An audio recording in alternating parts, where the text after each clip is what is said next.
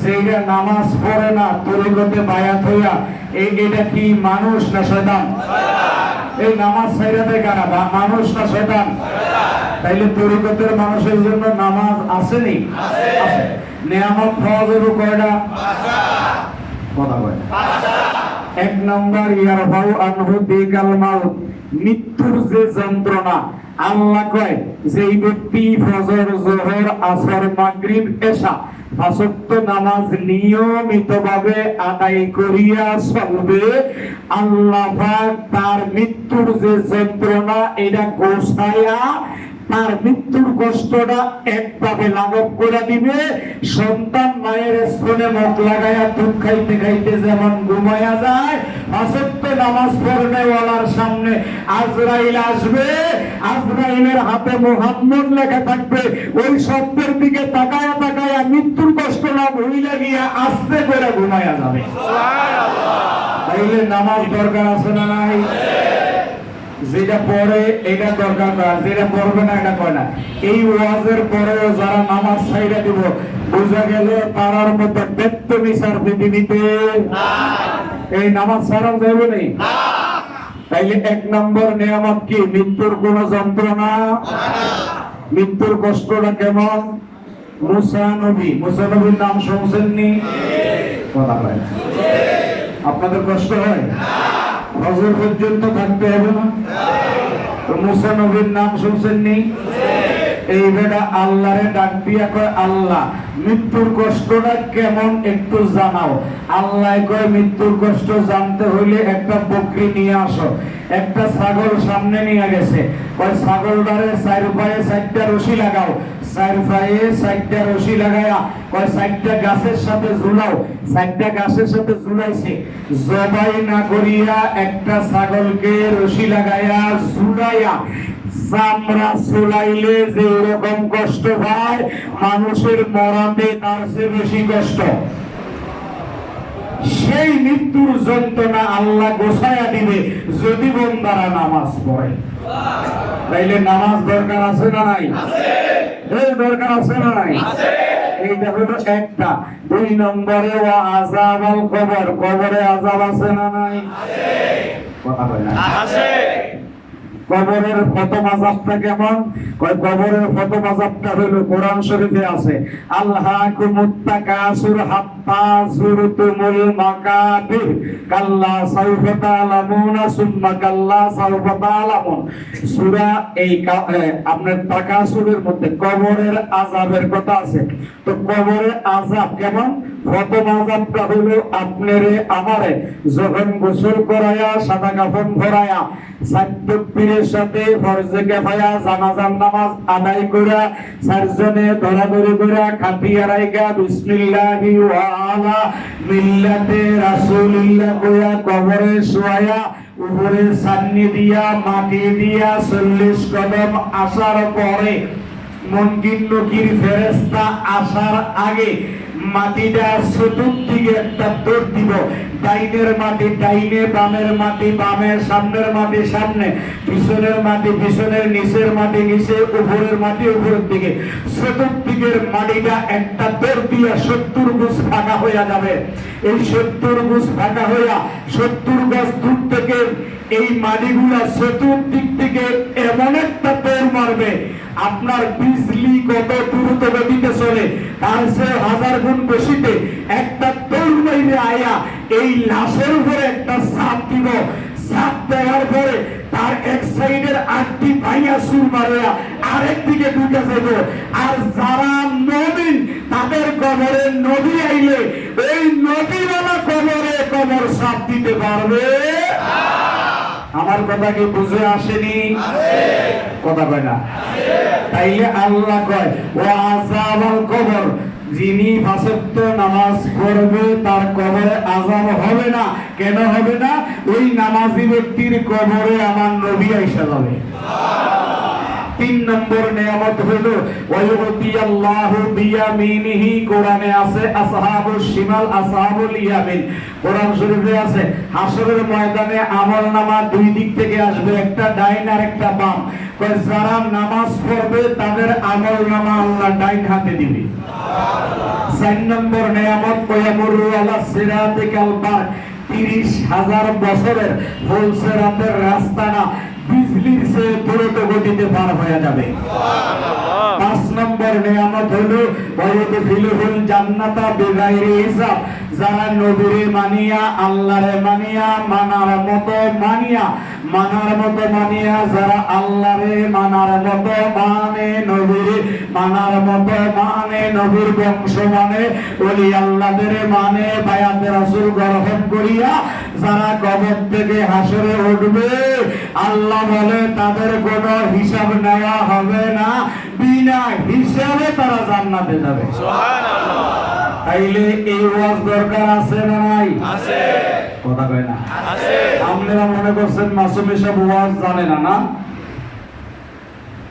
মাসুম সাহেবের ওয়াজ শুনলে এক একটা লুঙ্গি খুললে দৌড়ান লাগবে, এমন ওয়াজ আছে, বুঝছেন নি? এমন ওয়াজ আছে। তাইলে 5 ওয়াক্ত নামাজ পড়লে নিয়ামত কয়টা? 5টা। কথা কয় না? 5টা। 1 নম্বর নিয়ামত কি? মৃত্যুর যন্ত্রণা থাকবে না। 2 নম্বর নিয়ামত কি? কবরে আযাব। 3 নম্বর নিয়ামত কি? আমলনামা।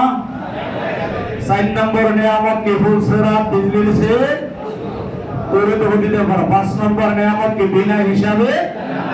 এরপরে রাসূল বলেন ওয়াফি রিওয়ায়াতিন, আরেকখানে রিওয়ায়াতে বলে যে 5 ওয়াক্ত নামাজ পড়লে, আগের হাদিসে বলছে 5টা নিয়ামত, এবার বলে আরেক হাদিসে আছে 5 ওয়াক্ত নামাজে 6টা নিয়ামত দিব। বা আরেকটা নিয়ামত কি? ইয়ারফাউ আনহু দিকাল আয়েশ, যারা নামাজ পড়ে তাদেরকে আল্লাহ কোনদিন অভাবে রাখবে না। সুবহানাল্লাহ। কিসে রাখবে না? তাইলে নামাজ দরকার আছে না নাই? আছে। কথা কয় না? আছে। দরকার আছে? আছে। তাইলে নামাজ লাগবে। লাগবে কি লাগবে না? জোরে বল, লাগবে কি লাগবে না? তাইলে আমাদের নামাজ, রোজা, হজ, যাকাত এগুলো রাসূলের কর্মের মধ্যে আছে না নাই? আছে। হ্যাঁ, তাইলে রাসূলের কর্ম উম্মতের জন্য, জোরে বলেন, রাসূলের কর্ম উম্মতের জন্য। রাসূলের কর্ম যার মধ্যে নাই তার কোনো ধর্ম নাই। যার ধর্ম নাই এই ব্যক্তির সাথে আমাদের সম্পর্ক থাকতে পারে?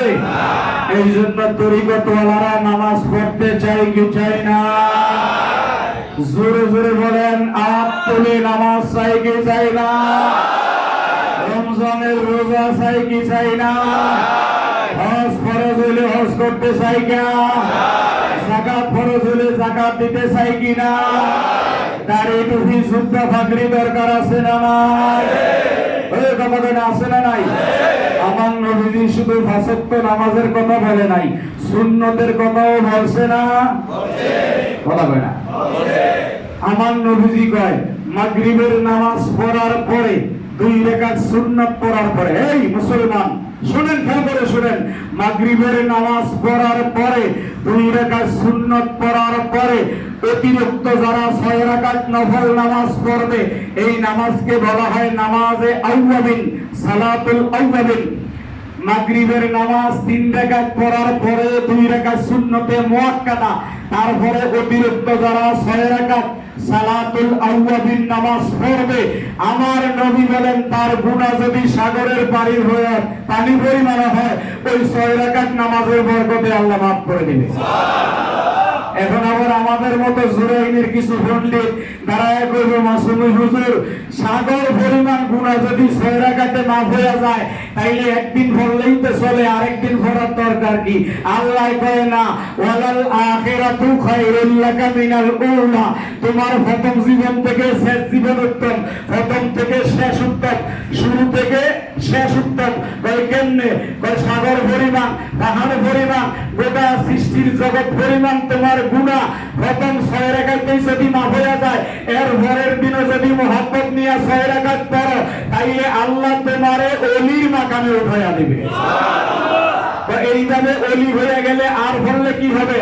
এইভাবে ওয়ালাল আখিরাতু খায়রুল লাকা মিনাল উলা, তোমার প্রথম জীবন থেকে শেষ জীবন উত্তম। যত দিন নামাজ পড়াইবা আল্লাহ তোমার মাকাম তত বাড়াবে। এমনিতেই গাউসে পাক হয় নাই, গরিব নামাজ হয় নাই, বাহাউদ্দিন নকশবন্দি এমনিতে হয় নাই, মুজাদ্দিদ আল ফিসানি এমনিতেই মুজাদ্দিদ আল ফিসানি হয় নাই। কথা বলেন, এদের আমল ছিল কি ছিল না? এইটা হলো একটা। এরপরে নবীজি বলেন ফজরের নামাজ পড়া যেইটা ঘুমায় এইটার মতো বড় শয়তান পৃথিবীতে নাই। কথা কয় না? ফজরের নামাজ পড়ে যেটা ঘুমায় এটার মতো বড় শয়তান। কারণ ফজর নামাজ পড়ে কি করবেন? আল্লাহর হাবিব পড়ে ফজরের নামাজ পড়ে ঘুম যাওয়া হারাম। কতক্ষণ পর্যন্ত? ফজরের নামাজ পড়া যতক্ষণ পর্যন্ত সূর্য না উঠবে ততক্ষণ তুমি ঘুমাইতে পারবে না। তুমি যদি সূর্য ওঠার আগে ফজর নামাজ পড়া ঘুমাও তাহলে তোমার উপরে 7টা লানত পড়বে। কয়টা লানত? 7টা লানত পড়বে। আরেকটা হলে আসরের নামাজ পড়ে ঘুমান যাইতো না, মাগরিবের নামাজ পড়ে ঘুমান যাইতো না।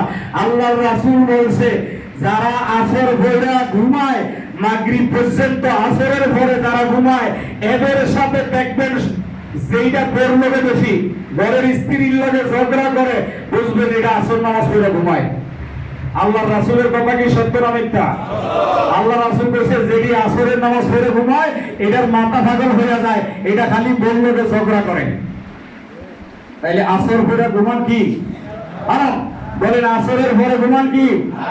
মাগরিবের পরে ঘুমানো কি? ফজরের পরে ঘুমানো কি? ঘুমাইলেন? রাসূলের কথা মানলে মানতে হবে, না মানলে নাই। এটা হলো একটা।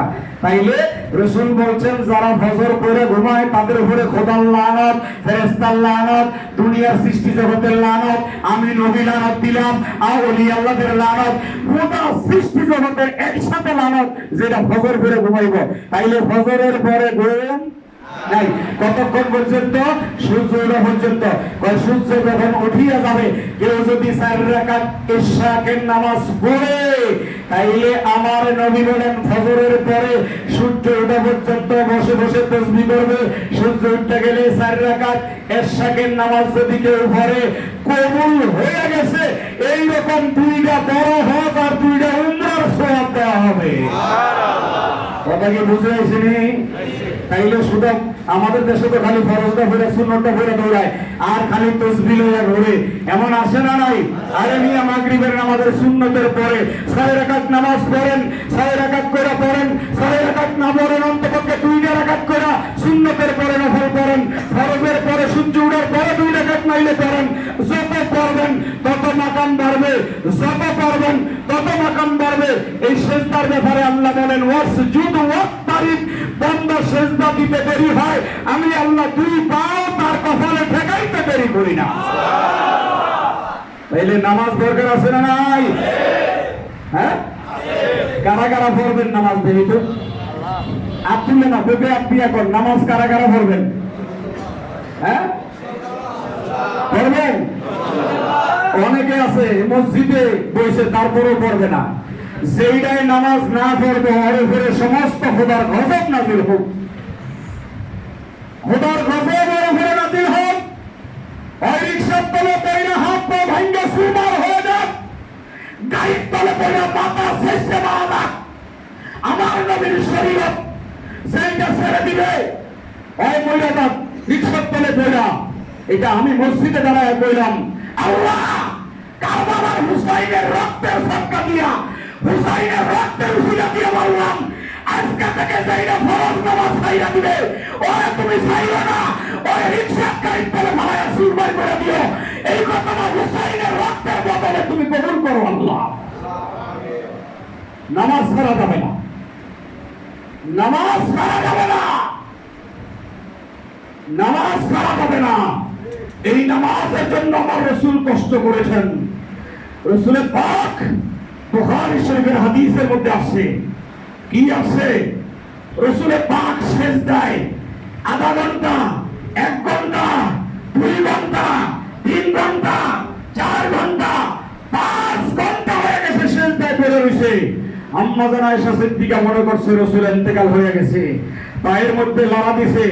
আম্মা জান আয়েশা বলে, আল্লাহর কসম, আমার নবী নামাজে দাঁড়ায়া থাকতে থাকতে আমি আম্মা জান আয়েশা বলি, আল্লাহর কসম দিয়ে আমি দেখছি রাসূলুল্লাহর পা মোবারক ফাইটা রক্ত বেরোয়, তিনি নামাজের জন্য এইভাবে দাঁড়ায়া থাকতেন।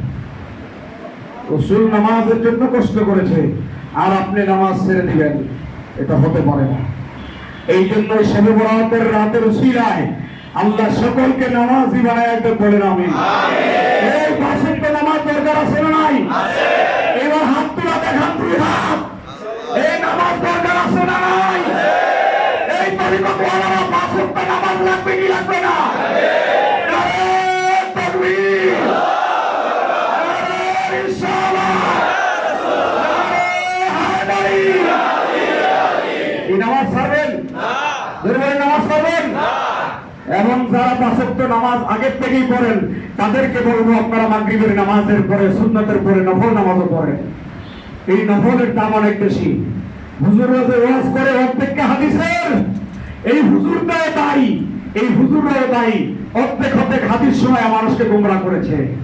হাদিস শোনায় কি হাদিস? কয় আল্লাহ বলছে বান্দা, আমি বান্দার হাত হয়ে যাই। এই হাদিস শোনাইছে কিনা আপনাদেরকে? আমি বান্দার হাত হয়ে যাই, আমি বান্দার কান হয়ে যাই, আমি বান্দার চোখ হয়ে যাই, আমি বান্দার হাত হয়ে যাই। এই হাদিস আপনাদেরকে শোনায় নাই? শোনাইছে। এইটা হলো হাদিসের মাঝখানের অংশ শোনাইছে। সুবিধা নিজের জন্য যেটা সুবিধা এটা শোনাইছে। হাদিসের প্রথম অংশ শোনায় নাই, শেষ অংশ শোনায় নাই। আল্লাহ কখন বান্দার হাত হয়ে যায়, কখন বান্দার চোখ হয়ে যায়, কখন বান্দার কান হয়ে যায়, আল্লাহ স্পষ্ট হাদিসে বলেছে। বুখারী শরীফে হাদিস, হাদিস কুরসির মধ্যে আছে। আল্লাহ বলে, এক সময় আমি বান্দার চোখ হয়ে যাই যেই চোখ দ্বারা বান্দা দেখে, আমি বান্দার কান হয়ে যাই যেই কান দ্বারা বান্দা শুনে, আমি বান্দার হাত হয়ে যাই যেই হাত দ্বারা বান্দা ধরে, আমি বান্দার পা হয়ে যাই যেই পা দ্বারা বান্দা চলে। এইটুকু হাদিস আপনাদেরকে শোনাইছে। আগের অংশ শোনাইলো না, পরের অংশ শোনাইলো না। আমি কি আপনাদেরকে আগের অংশটা শোনাইয়া দিব?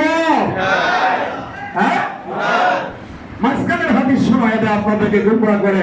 আগের অংশটা শুনেন, কাদের আল্লাহ হাত হবে, কাদের চোখ হবে, কাদের পা হবে। বুখারী শরীফের পুরো হাদিসটা শুনেন। আন আবি হুরায়রা রাদিয়াল্লাহু তাআলা আনহু قال قال رسول الله صلى الله عليه وسلم ان الله من عاداني فقد آذنته بالحرب। এই কথা আল্লাহ বলছেন, আমার নবী বলতেছে। আল্লাহ বলে, যারা যারা আমার ওলির বিরোধিতা করে, যারা আমার কোন ওলির বিরোধিতা করে, আমি আল্লাহ তাদের সাথে যুদ্ধের ঘোষণা করি। এরপরে আল্লাহ হাদিসের দ্বিতীয় অংশে বলেন, আমার বান্দারা ফরজ ইবাদতের পাশাপাশি, দেখেন স্পষ্ট আছে হাদিসটা, আমার বান্দারা ফরজ ইবাদতের পাশাপাশি নফল বন্দেগী ভালোবাসে। আমার বান্দারা ফরজ ইবাদতের পাশাপাশি, ফরজ মানবে নাই, ফরজ ইবাদতের পাশাপাশি নফল বন্দেগীকে ভালোবাসে। বেশি বেশি নফল করার কারণে আমার বান্দা আমার মুহাব্বতে ফরজের পাশাপাশি নফল ইবাদত করে, নফল কাজ করার কারণে আমি আল্লাহ এক সময় গিয়া তাদেরকে ভালোবাসা ফেলাই। আমি আল্লাহ যখন তাদেরকে নফলের কারণে ভালোবাসা ফেলাই, তখন আমি বান্দার হাত হয়ে যাই, তখন আমি বান্দার পা হয়ে যাই, তখন আমি বান্দার কান হয়ে যাই, তখন আমি বান্দার চোখ হয়ে যাই। তাইলে কোন বান্দার চোখ আল্লাহ হয়, কোন বান্দার হাত হয়ে যায়, কোন বান্দার পা হয়ে যায়, এইটার ঘোষণা তো আল্লাহ আগেই দিয়ে দিলেন। ফরজ ইবাদতের পাশাপাশি যেই বান্দা নফল ইবাদত করে, কি ইবাদত করে? নফল ইবাদত হয়ে যাওয়ার পরে হাদিসের শেষ অংশে বলছে, যেই বান্দার হাত পা কান চোখ আমি হয়ে যাই, এই বান্দারা যদি আমি আল্লাহর কাছে কসম করে কিছু চাই, আমি আল্লাহ দিতে বাধ্য হয়ে যাই, আমি আল্লাহ দিতে। তাইলে হাদিস পুরোটা শোনায় না, অর্ধেক অর্ধেক শোনায় মানুষকে ধ্বংস করে গোমরা করে। কথা কোন ঠিক না বেঠিক? তাইলে আপনারা কি নামাজ পড়বেন না ছাড়বেন? বাবারে, এই যে যুগটা, এটা সুন্নত না? কথা কয় না? আমি যদি মইরা যাই, এই যুগটা কি আমার সাথে যাবে? তাইলে এই সুন্নত চাইতেছে না। এই যে পাগড়ি আছে না নাই, মইরা গেলে পাগড়ি সুন্নত কি আমার সাথে যাবে? এই যে টুপি সুন্নত, মইরা গেলে টুপি কি আমার সাথে যাবে? কথা বলে না। পায়জামা লুঙ্গি সুন্নত, মহিলা গেলে যাবে? তাইলে পৃথিবীর কোন সুন্নত মৃত্যুর পরে কবরে যাবে না। মেসওয়াক করেন, মহিলা গেলে কি সুন্নত কবরে যাবে? তাইলে কোন সুন্নত আপনার সাথে কবরে যাবে না। দুইটা সুন্নত কবরে যাবে, যেই দুইটা সুন্নতের মর্যাদা আল্লাহর আরশের চেয়ে বেশি দাম। দুইটা সুন্নতের মর্যাদা কি আরশের চেয়ে বেশি দাম? কোন কোন সুন্নত? একটা হলো দাড়ি, এটা দুনিয়ায় থাকতে সুন্নত, মহিলা গেলে দাড়ি কবরে চলে যাবে আপনার সাথে। তাহলে দাড়ি নামক সুন্নত কবরে যাবে কি যাবে না? আরেকটা হলো বাবরি চুল। কি চুল? অনেকেই বাবরি চুল রাখে না, কয় ভান্ডারি চুল, এটি বলে ভান্ডারি চুল। এই মেয়েরা বেয়াদব, এগুলো ভান্ডারি চুল না আমার নবীর চুল। নবীর চুল।